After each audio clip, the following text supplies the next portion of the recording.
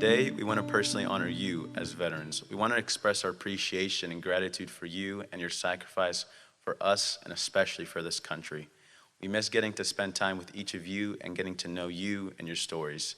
However, just know that you are still in our hearts and minds. Thank you very much, and God bless. Please join me for the Pledge of Allegiance, followed by the National Anthem. I pledge allegiance to the flag of the United States of America and to the republic for which it stands, one nation, under God, indivisible, with liberty and justice for all.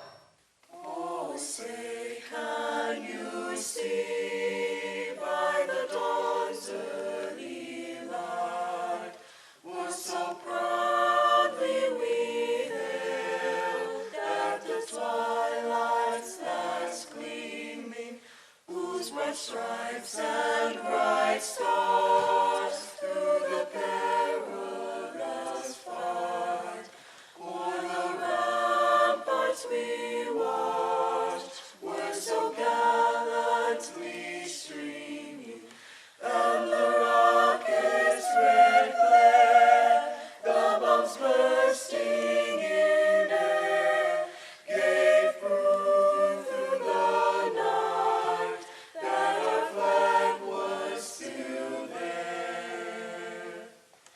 Oh, say, does that star-spangled banner yet wave o'er the land of the free and the home of the brave? My name is David Shipman. I'm the executive principal of Nettleton High School. I would like to thank each of you for your service and sacrifice to our great country. Because of you and your service and dedication to maintain our freedom, our children are able to attend school, play sports, participate in band and choir, and have other activities they can enjoy throughout their lives that students and children throughout the world do not get to enjoy. Thank you for making the United States the greatest country in the world. On this day, 103 years ago, World War I officially ended. We have all heard of the saying, on the 11th hour of the 11th day of the 11th month in 1918, we ended the war to end all wars. In this war alone, America suffered the loss of 116,000 soldiers. 1 year later, President Wilson declared November 11th as Armistice Day. In 1954, President Eisenhower changed the name from Armistice Day to Veterans Day in honor of all American veterans of all wars.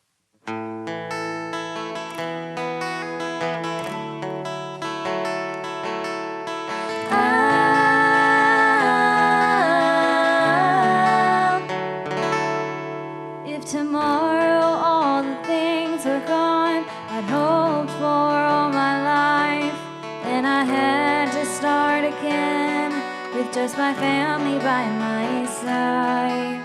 I thank my God above to be living here today, 'cause our flag still stands for freedom and they can't take that away.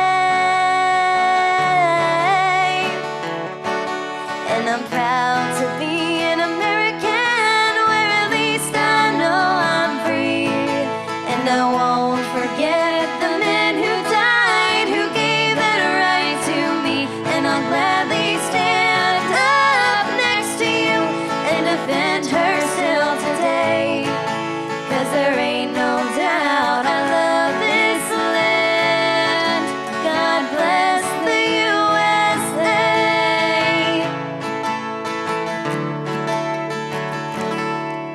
From the lakes of Minnesota to the hills of Tennessee, across the plains of Texas, from sea to shining sea, from Detroit down to Houston, and New York to LA, there's pride in every American heart, and it's time we stand and say,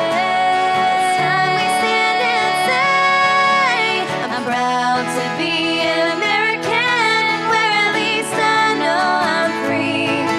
And I won't forget the men who died, who gave that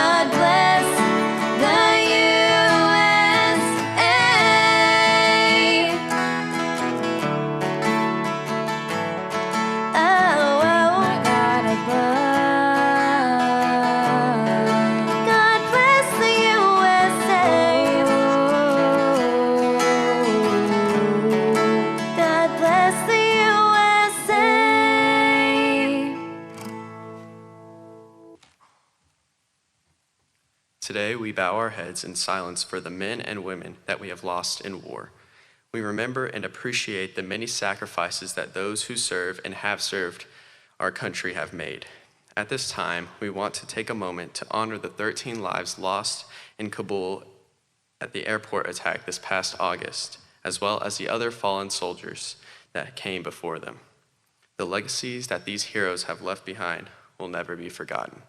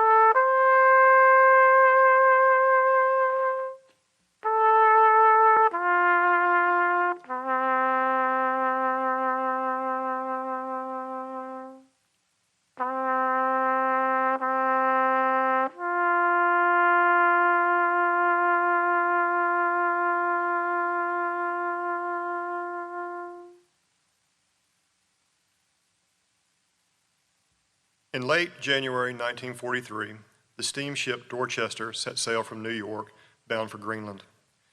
Serving as a military troop transport, it carried over 900 soldiers and sailors.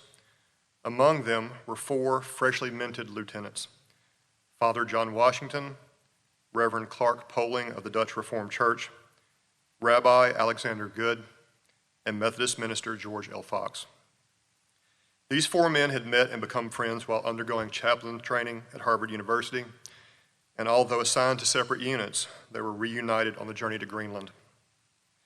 The chaplains worked to build a sense of trust and unity with the soldiers on the ship. When the Dorchester made a brief stop in Newfoundland for the soldiers to conduct a 10-mile training march in full gear, the chaplains stayed with them. Rather than use their status as clergymen and commissioned officers to avoid the march, the chaplains joined in to share the soldiers' experiences. The Dorchester soon resumed its journey across the North Atlantic, which is not a hospitable place in wintertime.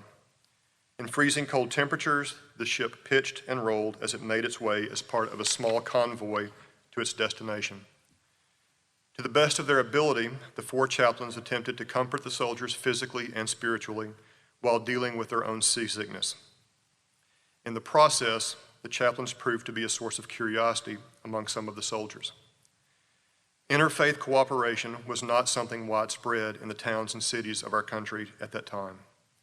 But here, 4 men of different faiths worked closely together as friends, placing their shared concern for humanity above differences in belief. They understood that some things transcend our differences. As the Dorchester moved well into the North Atlantic, the ship's captain was aware of German submarines in the area. In fact, he had received information that the convoy was being shadowed by at least 1 U-boat. As a precaution, the men were instructed to sleep in their uniforms and to keep their life vests on at all times. Many of the men did not heed this warning, however. The life vests were bulky and uncomfortable, and those quartered near the engine compartments found sleeping in their uniforms difficult. At 1 a.m. on February 3rd, a torpedo struck the Dorchester. Almost instantly, the electrical system failed and boiler power was lost. In the darkness, chaos reigned below decks. As the ship began to list, the chaplains attempted to provide direction to the soldiers to get them to the deck for an orderly evacuation. In their panicked state, many of the soldiers did not grab their life vests. The ship was sinking, and a list to starboard prevented some of the lifeboats from being launched. Other lifeboats had been destroyed in the explosion. The lifeboats that did manage to launch were overloaded. The men remaining on deck were panicked and in a state of shock. The chaplains moved amongst them, offering reassurances and trying to maintain a sense of order. The temperature was near freezing. Petty Officer John Mahoney began heading back into the ship, but was stopped by Rabbi Good. Asked where he was going, Mahoney told the rabbi he had forgotten his gloves. Chaplain Good removed his own gloves, handing them to Mahoney. When Mahoney protested, the rabbi assured him not to worry, he had another pair. It was not until later that Mahoney realized that Good was just trying to keep him on deck to improve his chance of survival. The chaplains made their way to a ship's storage locker and began to distribute life vests to those on deck who had left theirs behind. Without sufficient lifeboats, those vests were the best chance for survival until the convoy escorts would be able to return to pick up survivors. When the supply was exhausted, the chaplains each removed his own vest and handed them to the next person in line. They did not ask who the men were. They did not ask where they were from. They did not ask their faith. They simply saw men in need who they might be able to save. The Dorchester sank quickly, and relatively few men made it to the lifeboats. Throughout, the chaplains remained with those still on deck, offering prayers and what comfort they could. In the moments before the Dorchester disappeared beneath the waves, the four chaplains were seen, arms linked together, to brace themselves from the angle of the deck, praying with the men and singing hymns. The sacrifice of the four chaplains is upheld as an example of interfaith cooperation, but their story is much broader. These four men, one of them a veteran of the First World War, volunteered for military service in World War II. They chose to put themselves in harm's way to serve others for a greater good. The history of the United States is one of struggle and conflict. The rights and freedoms embraced by our founding fathers and articulated in the principles of our government are the result of the commitment and sacrifice of many Americans throughout history.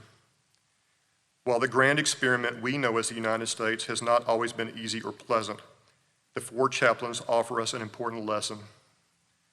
Despite our regional differences, despite differing political ideologies, despite differences in faith, as Americans, there are more things that unite than divide us. Ours is a nation of 50 states and a patchwork of cultural diversity, but we are connected by our humanity. We are linked through our freedoms. We are stronger and better together. E pluribus unum, out of many, one. Veterans Day provides us with an opportunity to recognize the servicemen and women, past and present, for their commitment to protecting the freedoms that unite us despite our differences. For your service and your sacrifices, we thank you.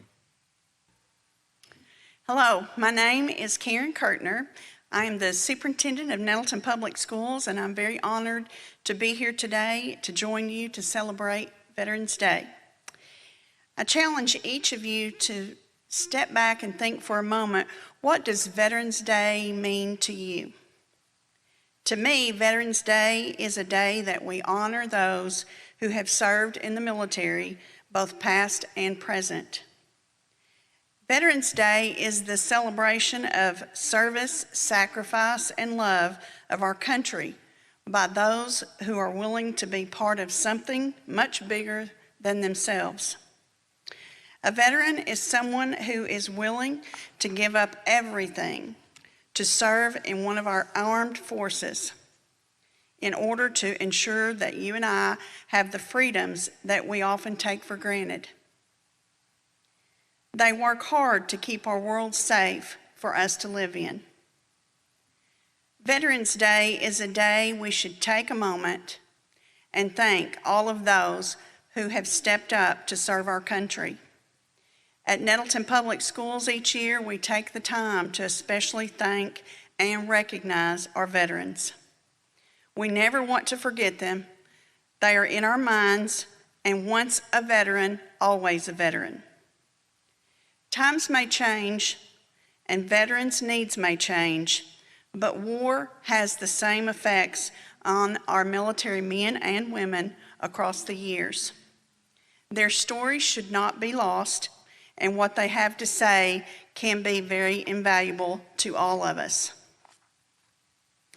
Veterans Day is also a day for us to teach others to respect those who have worn the uniform.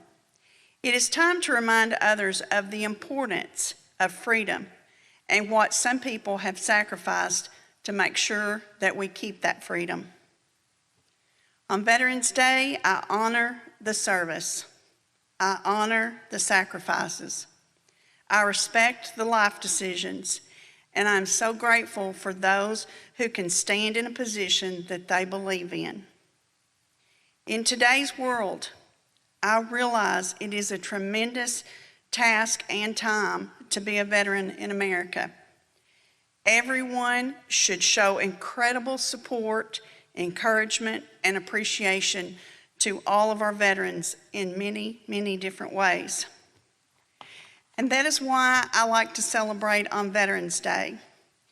The support of America and the incredible network, both young and old, the people who raised their right hands and voluntarily committed their service to our country to ensure that we are safe and that we are successful. And last, Veterans Day is a day of reflection. And thanks for those who do the hard work to keep our world safe. November 11th, it's a day to recognize for those who have served and then to pause for a moment to again stop and think about the importance of their combined impact on this great country and the immense sacrifice of our fallen heroes. Knowing that the country they have fought for stands behind them is incredibly powerful and inspiring.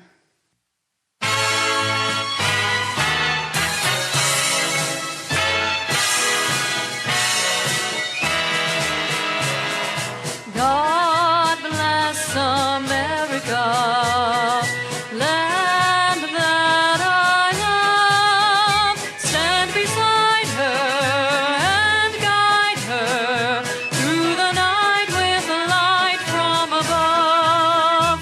From the mountains to the prairies, to the oceans wide with foam. God bless America, my home sweet home. God bless America, my home sweet home. God bless America, land that I love. Stand beside her and guide her through the night with the light from above. From the mountains to the prairies, to the oceans white with foam. God bless America, my home sweet home.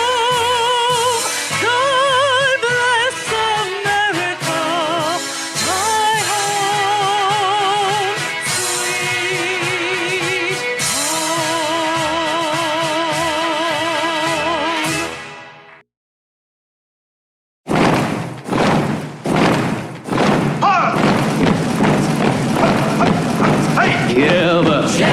You ever get one?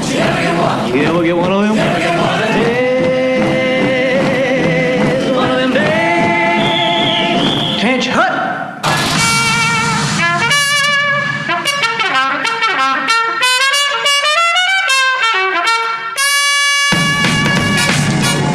He was a Troutman at his craft, but then his number came up and he was going with the draft. He's in the army now, I'm blowing reveille. He's the boogie woogie bugle boy of Company B.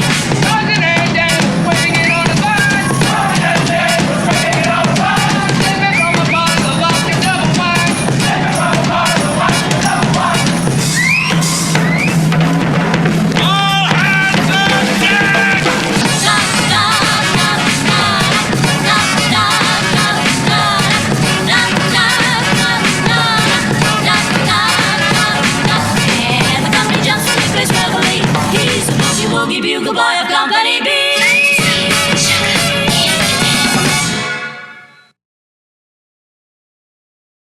The Armed Forces Medley, also known as the Armed Force Salute, is a collection of the official songs for the 5 branches of the United States Armed Forces. Army, Marine, Navy, Air Force, and Coast Guard, and the newly established Space Force. The songs are usually played in order of precedence. The medley has become a common fixture in many band orchestra concerts within the United States as a way of honoring our active servicemen and women.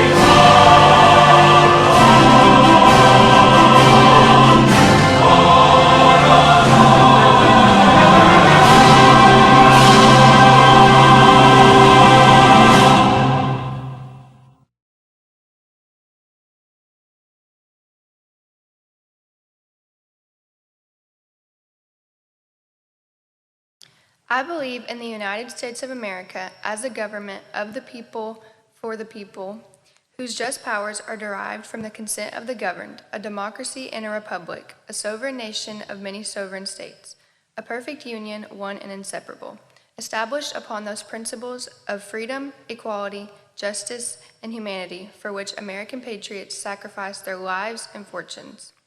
I therefore believe it is my duty to my country to love it, to support its Constitution, to obey its laws, to respect its flag, and to defend it against all enemies. The American's Creed. On Veterans Day, we pause to recognize and to thank the men and women who have served our country in the armed forces. This day reminds us of the strength, bravery, and sacrifices the members of our military demonstrate all around the world so that we can live in the land of the free. From the air, sea, and borders of our country, these men and women serve each branch for the greater good. It is because of you that we are so proud to represent the red, white, and blue. I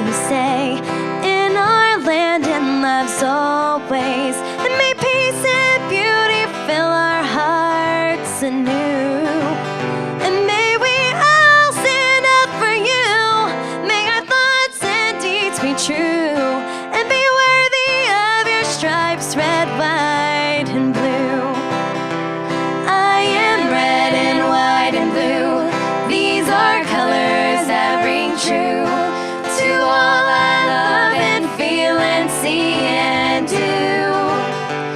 I stand proud and brave and tall. I want justice for us all. Color me America, red, white, and blue.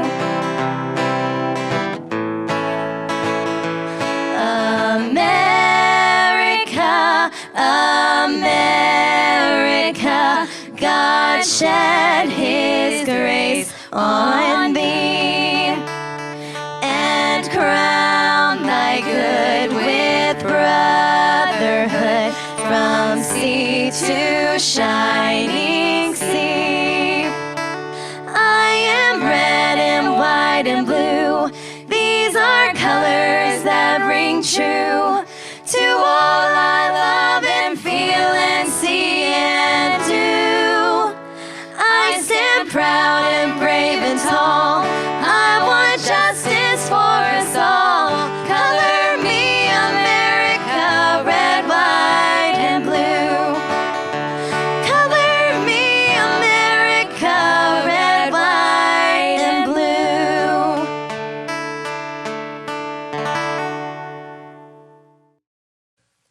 It is an honor to introduce Captain Richard A. Carble. A Jonesboro, Arkansas native, is a 1966 graduate of Arkansas State College. Mr. Carble commissioned in the Air Force in 1967 and served honorably until his release in 1971. During that time, he served in the 12th Recon Intelligence Technical Squadron in Vietnam, where he earned a Bronze Star. He also served as a civic action officer to help orphans in Saigon. Upon completion of his military service, Captain Carble earned a master's degree from the University of Illinois. Upon returning to Jonesboro, he taught at Arkansas State University for 37 years, including 19 years as chair of the Department of Radio Television. He retired in 2008. He has been an active member of numerous veteran organizations and close to our hearts here at Nettleton. He served on the school board for 23 years. Mr. Richard Carble. Well, greetings on this Veterans Day. I'm pleased to salute my Vietnam and other veteran brothers. You know, Veterans Day used to be called Armistice Day. That's because it was on the 11th hour of the 11th day of the 11th month in 1918 that an armistice was signed to end World War I. And so Congress created a day to honor the veterans of World War I, and it was called Armistice Day. Well, we had World War II, we had the Korean War, we had Vietnam, we had the Gulf War, and as that progressed, Congress said we should honor all veterans on this day. And so the name of the day was changed from Armistice to Veterans Day. And that's what we recognize today, Veterans Day 2021. I served 4 years on active duty in the United States Air Force. 3 of those years were at bases stateside at Lackland, Lowry, and Barksdale Air Force bases. And my last year on active duty was in Vietnam, where I served at the 12th Reconnaissance Intelligence Technical Squadron at Ton Son Air Base near Saigon. I did what we're always told not to do when I was in Vietnam. I volunteered.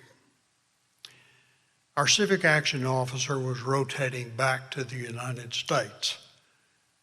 And I went to the commander and said, "I'd like to do that, sir." And he appointed me the civic action officer for my unit at Ton Son. Our civic action project was Sanctuary de Fumi. And it was a lot of things. It was an orphanage. It was an old folks' home. It was a tuberculosis sanatorium. And it was a retirement village. The compound was surrounded by a fence. And every time when we would go, and we would go about once a week to visit mainly the kids at Sanctuary de Fumi. It was many years later that I realized that the young airmen who went to the orphanage with us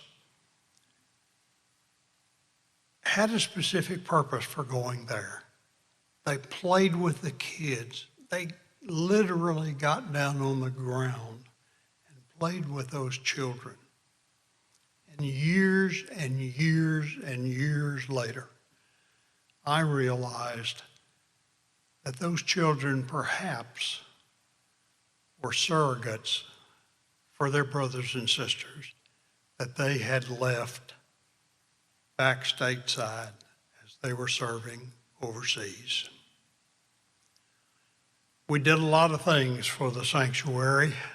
I'm thankful for my hometown of Brinkley and my mother and the people who worked so hard and sent more than 30 packages of clothing, school supplies, non-prescription medicines, and various other things for the sanctuary. Perhaps the highlight of my time in Vietnam in 1970 and 71 was Christmas Day. It was the first time I'd ever been away from my family on Christmas Day. But we had a big celebration at Sanctuary de Fumi. We threw a wonderful party serving hot dogs. And the way the kids reacted to the meal that we served to them, you would have thought we were serving wonderful steak or something. But no, it was just hot dogs and Kool-Aid and potato chips. And my mother and my sister provided the entertainment for that day. Can you believe that they made, constructed, and sent to me at Ton Salute Air Base a piñata, a Spanish tradition.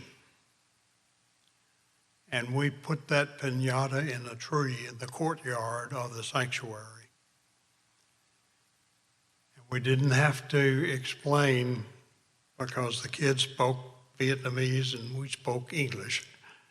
But we didn't have to explain to the kids what was going. We simply handed a stick to a young man, and when he burst the piñata open, all the kids went to the ground where the candy fell to pick some up. It was a wonderful time. It was a wonderful time for us who were away from our families.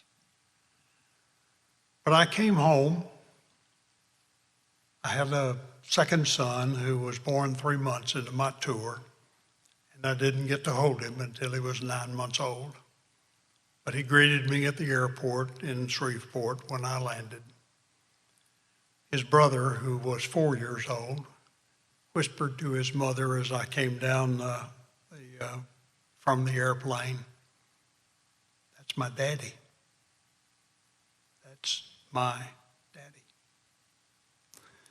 Well, they're all grown now, as are those kids at Sanctuary de Fumi. They're 60 or 70 years old, those kids, and I often wonder what happened to them, if they survived, and what they're doing now with their families. When I came back, and my mentor at Arkansas State offered me a teaching position if I would go back and finish my graduate degree at the University of Illinois, which had been interrupted by the Vietnam War and my military service. And I did. And went to work at Arkansas State University from the time that I came back from overseas until I retired in 2008. Touched a lot of lives, and a lot of lives touched me as well. It was a good time in my life. And now people ask me what I do now that I'm retired. Well, I'm busier now than I was when I was working full-time, trying to help the veterans in our area through the American Legion and Disabled American Veterans organizations. It's a labor of love, for sure. So now, on this Veterans Day, again, I salute my veteran brothers and say, enjoy your day. Thank you for your service.